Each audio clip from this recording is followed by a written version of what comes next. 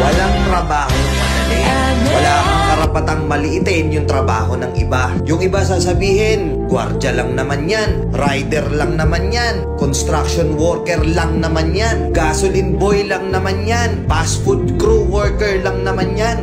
Pucha, nagkaroon lang tayo ng maganda-gandang klase ng trabaho. Akala na natin kung sino na tayong entitled sa mundong to. Minamaliit natin yung mga taong mas mabababa yung sahod sa atin.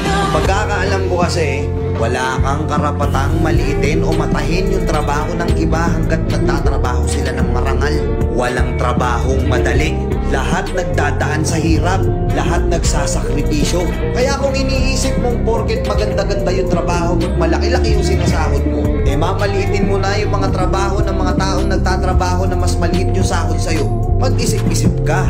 Baka bawiin sa'yo yan. Baka biglang bumaliktad yung mundo at sila naman yung umangat. Kahit anong trabaho mo, magpakumbaba ka pa rin. Bilog ang mundo, hindi palaging nasa taas ka. Kaya hanggat maaari sa lahat ng oras, magpakumbaba ka.